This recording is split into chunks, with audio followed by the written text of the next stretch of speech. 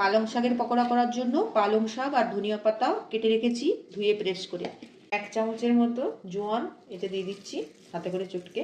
বেসন দিয়ে দিচ্ছি পরিমাণ মতো, যে যেমন খাবেন আমরা যতটা বানাবো সেই রকম অনুপাতে বেসন দিয়ে দিচ্ছি। পরিমাণ মতো নুন দিয়ে দিচ্ছি, 1 চিমটি হিং দিয়ে দিচ্ছি, সাথে মিশিয়ে নেব। এইভাবে চটকে চটকে টাইট করে মেখে নেব। টাইট করে মাখা হয়ে গেছে আমার, রেস্টে রেখে দেবো কিছুক্ষণ। গ্যাস জ্বেলে নিয়েছি, কড়াই বসিয়ে দিলাম। 5 মিনিট হয়ে গেছে, ঢাকাটা খুলে নিচ্ছি। গরম হয়ে গেছে, এবার তেল দিয়ে দিচ্ছি। তেল গরম হয়ে গেছে, এবার এইরকম লম্বা লম্বাভাবে আমি পকোড়াগুলো ছেড়ে দেবো। যেমন খুশিভাবে ছাড়তে পারেন, বড়ারা করেও ছাড়তে পারেন। দেবো,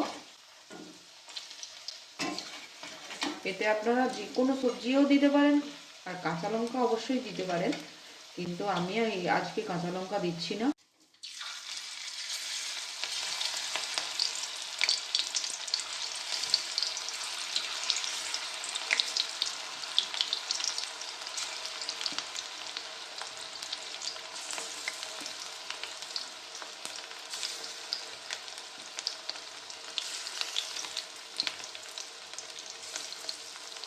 এইভাবে সবগুলোই ভেজে নিচ্ছি।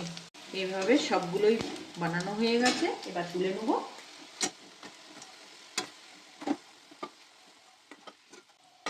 গ্যাসটা বন্ধ করে দিচ্ছি। কেমন কুড়মুড়ে হয়েছে দেখ দেখবি।